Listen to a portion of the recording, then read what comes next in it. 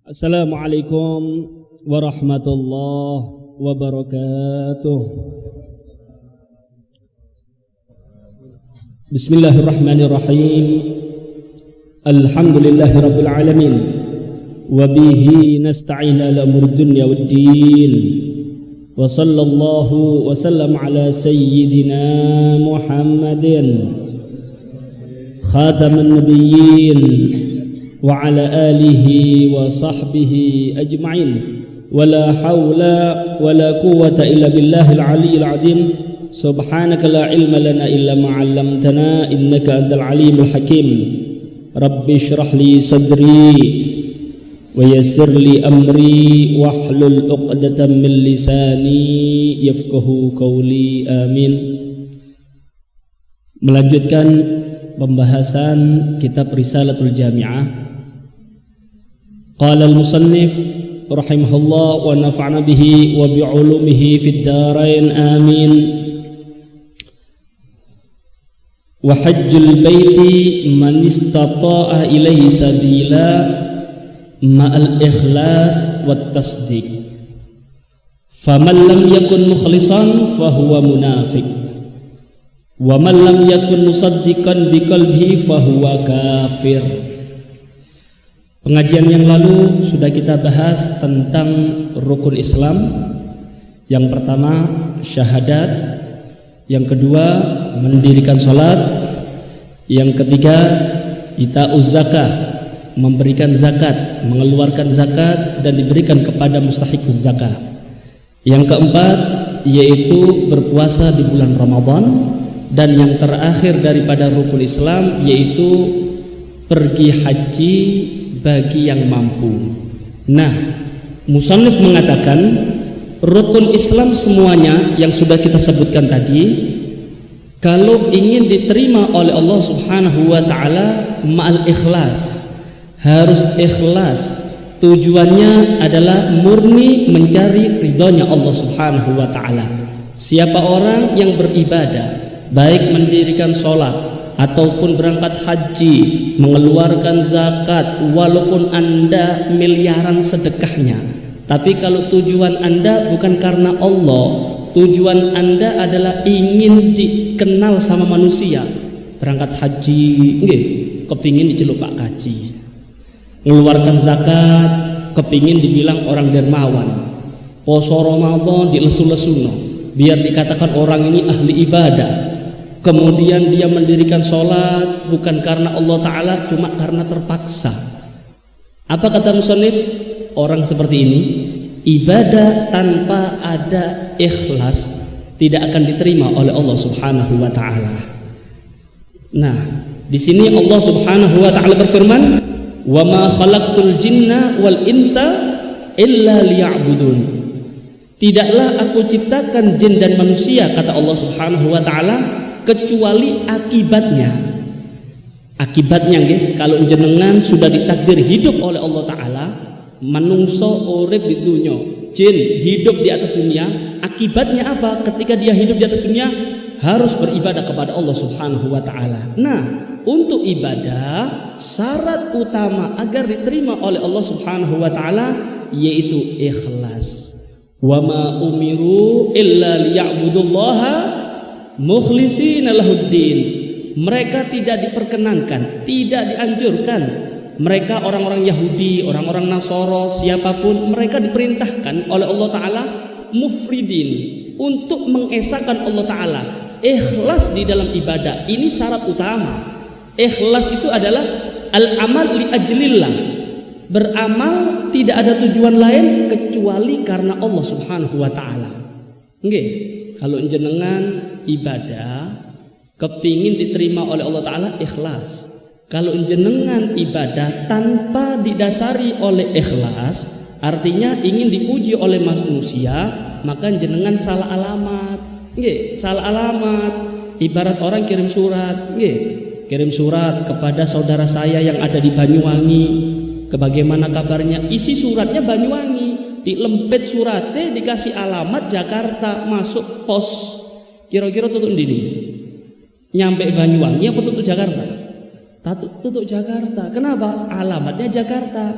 Begitu juga sholatnya kita, isine Gusti Allah sedaya. Inna sholati wa nusuki wa mahyaya wa mamati, ya Allah, ibadahku, hidupku, matiku hanya untukmu ya Allah. Isine Gusti Allah ini. Iyyaka na'budu wa iyyaka nasta'in, ya Allah, hanya kepadamu aku menyembah, hanya kepadamu aku memohon pertolongan. Isinya semua ibadah kita Allah, Allah, Allah. Cuma atine manjing teng menungso, kepingin dipuji manusia, ini salah alamat. Nah, nanti di akhirat jenengan ndak usah jaluk ganjaran teng Gusti Allah. Kenapa? Ndak bakal tutup, Pak.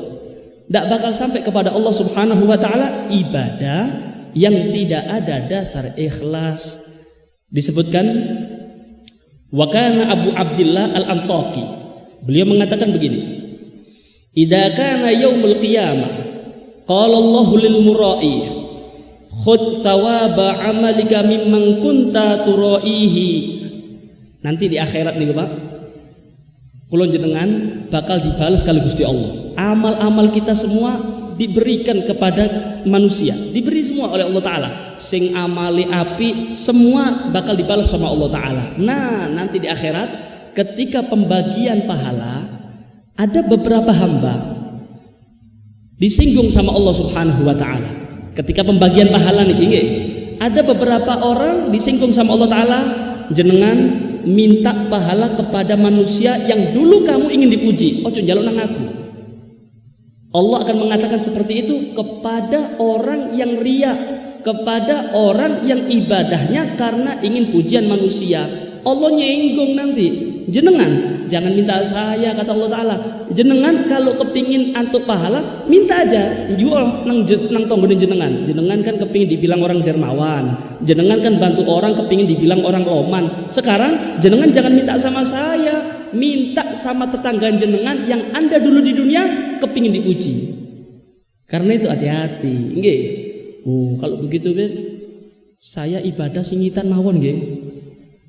Wedi riya, saya wis ngaji di oma, sholat di rumah. Kenapa? Saya takut riya. Nah, tidak boleh seperti itu, nggih. Ikhlas niku Pak. Ikhlas itu akan muncul ketika Anda beramal. Bukan berarti ketika Anda di rumah pasti ikhlas, belum tentu. Ikhlas itu akan muncul ketika ada amal. Jadi silahkan Anda beramal tapi ikhlas. Bukan berarti meninggalkan sholat berjamaah karena takut dak ikhlas. Ini salah. Jenengan butuh makan, jenengan butuh minum, silahkan Anda makan, monggo. Anda minum, monggo. Tapi ojo sing haram. Bukan berarti meninggalkan makanan, meninggalkan minuman karena takut haram. Salah jenengan. Jenengan monggo dahar, boten. Saya tidak mau makan, wedi haram. Dikasih minum, boten. Aku wedi haram. Ndak mangan, ndak ngombe jenengan, mati Pak.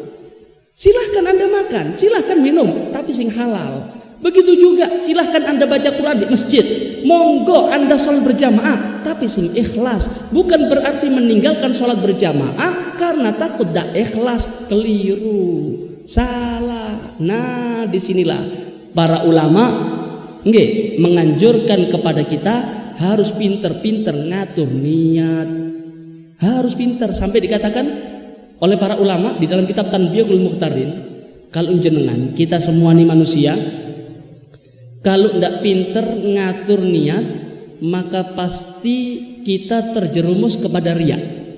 Pasti harus pinter ngatur niat, lebih pinter daripada tukang sulap. Kata para ulama, ibarat ngenten Pak, tukang sulap nih Pak, nggih. Barang ada, dibalik ndak ada, balik lagi ada. Nah, kulon jenengan untuk ngatur niat harus lebih lihai daripada tukang sulap. Riya walik maneng ikhlas, kemudian riya lagi, balik lagi, ya apa caranya ikhlas? Harus. Kalau jenengan tidak pinter bolak-balikkan niat, maka pasti Anda akan terjerumus kepada riya. Nih, jenengan nih hadir pengajian, sholat berjamaah, berangkat dari rumah ikhlas, tutuk tengah dalan ketemu konco, ketemu tonggo, mulai dah. Waduh, ditelok tonggo rek, pasti ngomongnya aku gitu. Oh, ahli ibadah. Mulai, ojo kalah. Jangan nyerah jenengan. Astagfirullah, balik pun ndak sembahyang. Bukan seperti itu. Balik lagi. Ndak, aku golek ridho Gusti Allah.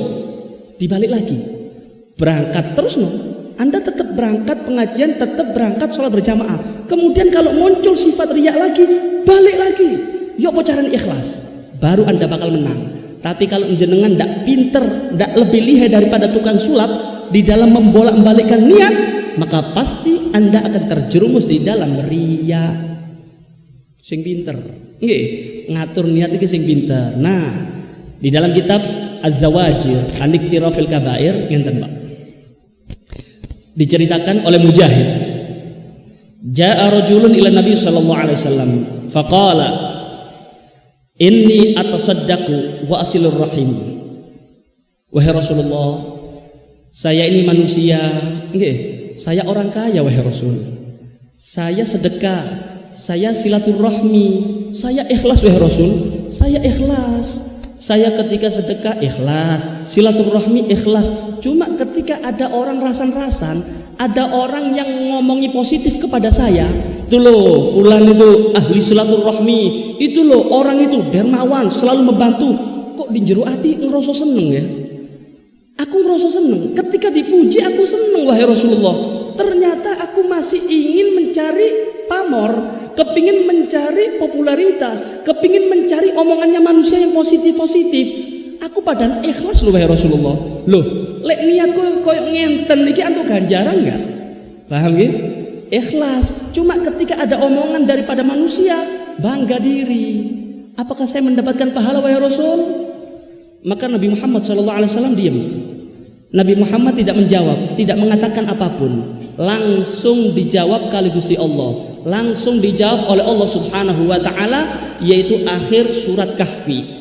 Faman kana yarju liqa'a rabbih falyamal 'amalan shalihan wa la yusyrik bi ibadati rabbih ahada.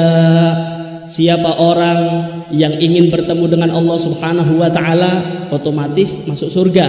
Kalau kepingin masuk surga, bertemu dengan Allah, syaratnya dua. Apa? Harus beramal soleh, ahli ibadah. Nah, ketika Anda beribadah, wala yusyrik bi ibadati rabbih ahada. Jangan mensekutukan Allah Subhanahu wa taala di dalam ibadahnya Anda.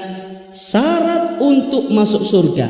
Artinya kalau Anda kepingin bertemu dengan Allah Subhanahu wa taala, dua syarat. Anda harus ahli ibadah.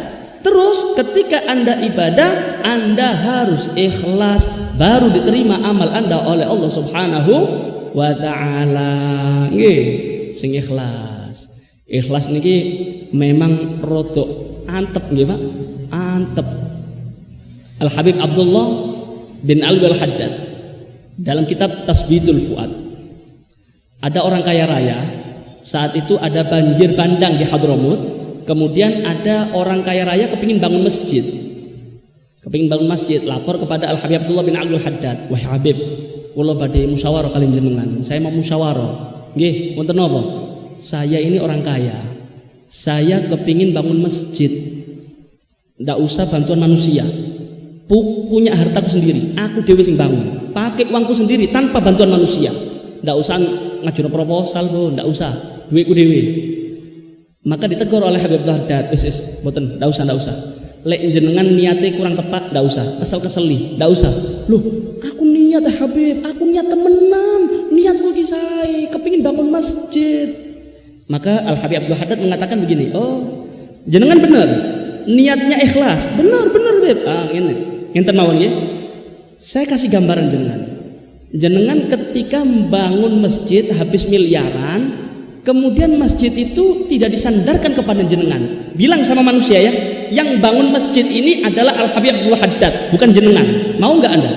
Waduh, Beb, kok antep nggih? Itu kan uang saya, Beb. Saya kan mengumpulkan uang banyak bangun masjid, kemudian dinisbatkan masjid itu kepada orang lain. Kok enak temen? Aku sing kesel golek duit, aku sing kesel bangun, kemudian masjid ini tidak dinisbatkan kepada saya. Ya ndak kate ini, Beb. Ternyata niatnya jenengan tidak ikhlas. Niatnya Anda cari pamor, niatnya Anda kepingin dipuji oleh manusia, kurang tepat. Maka digagalkan oleh Habib Abdullah bin Al-Haddad di dalam pembangunan masjid. Kenapa? Niatnya kurang sae, niatnya kurang benar, bukan karena Allah. Nggih. Kemudian bagaimana sih ciri-ciri orang ikhlas itu bagaimana, Pak? corone kula jenengan biar ngerti aku iki ikhlas apa ndak nggih. Bagaimana caranya? Ngenten. Disebutkan di dalam kitab Tanbihul Muqtarin. Dikatakan begini.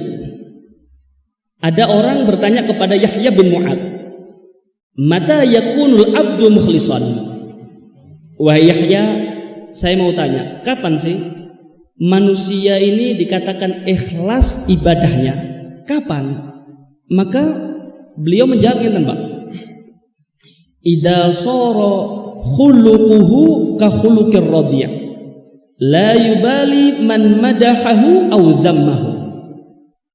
Orang itu sudah nyampe ikhlas ketika akhlaknya seperti akhlaknya anak yang nyusu, anak kecil. Perilakunya seperti anak kecil. Maksudnya bagaimana? Tidak ada urusan dengan orang yang memuji, tidak ada urusan dengan orang yang mencaci. Tidak tambah semangat ibadah karena pujian, tidak turun ibadahnya karena cacian. Itu ikhlas. Jenengan semerap anak bayi itu, anak kecil, anak kecil itu, ketika dipuji, aduh ganteng yuk kuning sopo niki, ya tidak senyum dia, biasa aja. Wanake sopo elek, tidak marah, biasa. Nah, orang ikhlas seperti itu. Ketika dipuji, Masya Allah, ahli ibadah, sergap sholat berjamaah, tidak tambah semangat, biasa. Ketika dicaci, wah sok suci, tidak pesimis, tidak cilik hati. Ini orang ikhlas. Tapi ketika Anda dicaci maki, kendor, nggih. Ketika ada orang mengatakan jenengan, itu beb sok suci, percuma itu beb baru tobat, wis rugi, tumpes baru ahli ibadah. Kemudian jenengan mengatakan, ya apa sih beb menungso niki? Aku mentogel diilokno, tobat dirasani, wis ndak usah ibadah wis. Berarti jenengan ndak ikhlas. Kenapa? Masih ngurusi komentar manusia. Jenengan sedekah, nggih. Jenengan sedekah dikasih 10.000, kemudian dirasanya be wong-wong 10.000 tok. Jenengan jawab, "Loh, 10.000 ikhlas, timbang 1.000 ndak ikhlas." Loh, berarti Anda ndak ikhlas itu. Kenapa? Anda masih ngerespon omongannya manusia. Kalau orang ikhlas tidak ada urusan, mau dicaci maki dan urusan. Yang penting aku ngetor duit, yang penting aku sedekah. Walaupun Anda mengatakan saya orang bakhil, walaupun Anda mengatakan saya orang kikir, tidak ada urusan. Aku ngetono duit karena Allah Subhanahu wa taala. Ini ikhlas, ndak ngerespon omongan manusia. Nggih. Ikhlas niku Pak mempunyai kekuatan. Mempunyai kekuatan nggih. Diceritakan di dalam kitab Ihya, ada orang ahli ibadah, Pak. Ada orang ahli ibadah, kemudian di daerahnya tersebut ada satu pohon besar disembah. Disembah. Ini orang yang ahli ibadah yang tidak pernah keluar rumah, kerungu selentingan-selentingan bahwasanya di daerahnya ada pohon yang disembah. Pegel, Pak.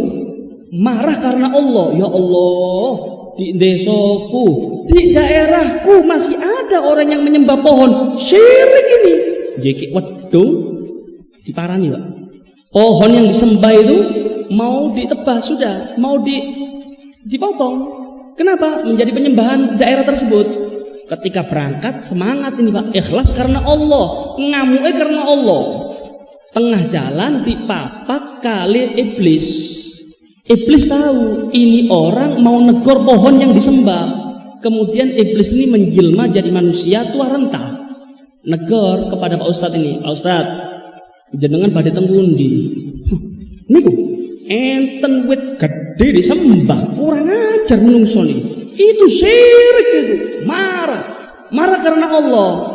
Maka iblis yang nyamar jadi manusia ini ngatakan pun ngenten mawon, ngenten. Pak Ustadz, enggak usah ngamuk-ngamuk, Pak Ustadz. Enggak usah ngamuk-ngamuk. Jenengan kan melarat. Jenengan kan orang miskin. Dah. Kalau ini memang syirik, kalau Allah murka, maka pasti Allah akan ngutus Rasul. Lu jenengan lo tutu Rasul. Jenengan kan bukan Nabi, bukan urusannya jenengan ini. Biarkan saja. Jenengan ibadah mawon di rumah. Nanti tiap hari tak kei 3 dinar. Ya napa? Bendino tak kei 3 dinar. Wis ndak usah urusan nang kuit-witan ngono wis. Bingung. Mulai Pak ketar-ketir kena duit iki, Pak. 3 dinar Pak, 3 dinar kurang lebih ya 10 juta ya. Kemudian orang ini mengatakan, "Mboten, tetep aku ate negur wit itu syirik." Ustaz, saya kasih masukan nggih, jenengan ibadah mawon di rumah, jenengan kalau orang miskin bendino mangan tempe, saya sanggup Pak Ustaz, tiap hari jenengan saya kasih 3 dinar, menengo di omah wis, tak enteri 3 dinar. Anda bisa makan seenaknya, kemudian Anda bisa memanjakan keluarga. Ya napa? Mulai lagi Pak. Serius jenengan? Bendino ngekek 3 dinar. Nggih, serius. Pulang Pak. Pulang nih. Pulang. Kemudian tiap hari bangun tidur ada 3 dinar. Tiap hari 3 dinar, 3 dinar. Nggih. Hari keempat kosong. 3 dinar tidak diantar lagi. Maka orang ini mengatakan mungkin lali. Wong tua niku mungkin lali nih. Hari kelima kosong maneh, Pak. Gregeten, waduh pengkhianat niki. Digoroi kula njiki wedhung maneh, Pak. Ngambil wedhung kate nebas wit. Cuma yang kedua marah karena ndak dikei duit. Yang pertama marah karena Allah. Yang kedua marah karena ndak dikasih uang. Ngamuk berangkat kok wedhung didang maneh ambek iblis nih. Sing tuwa niki didang. Pak Ustaz, katanya jenengan. Mau kemana Anda? Mau kemana? Kurang ajar jenengan. Jenengan pengkhianat. Nopo? Nopo? Wis tak tebas lu. Uwet itu tak tebas. Jenengan pengkhianat. Macam-macam. Macam-macam. Dan urusan jenengan ambil uwet itu. Kejak gelem jenengan. Wah. Ditantang, Pak. Orang tua ditantang. Kemudian duel. Duel ya diserempong, Pak. Diserempong sama orang tua ini, serempong kalah. Geblak ditindih, kata dipatahin ini wong tua. Orang tua ini iblis ini menang. Kemudian orang ini katakan, jenengan kok kuat? Jenengan kan wis tuwa. Jenengan sinten sih? Kula iblis. Kula iblis. Jenengan kok kuat? Apa jenengan kekuatannya tekan ndi? Jenengan saiki ngamuke krana duit. Yang pertama, Anda marah karena Allah. Aku wedi jenengan. Anda marah karena ikhlas, aku takut sama jenengan, kula wedi. Tapi sekarang Anda marah bukan karena Allah, Anda marah karena uang. Walaupun aku tua rentah, iso ngalahno jenengan. Gara-gara apa? Ndak ikhlas. Karena itu Anda nih, kita semua nih, nggih. Kalau sudah ikhlas, ndak wedi sapa-sapa, Pak. Ndak takut sama siapa-siapa. Jenengan mau pengajian, kemudian Anda mengatakan yang hak, ndak ada yang takut. Ndak takut. Kenapa? Aku ikhlas. Aku memang ngajari sing bener. Dan urusan nek menungso, kate setuju ndak setuju, mau pro mau kontra ndak ada urusan. Sing penting aku golek ridhone Gusti Allah. Kalau orang ikhlas itu nekat. Kalau orang ikhlas ada kekuatan. Kalau orang ikhlas walaupun tidak ada pendukung, insya Allah dia bakal berhasil. Bakal berhasil. Coba lihat, tuh lihat Wali Songo nih. Nggih. Wali Songo. Wali ini mek Songo, Pak. Wali ini cuma 9 bisa ngislamkan 1 Jawa. Tidak masuk akal.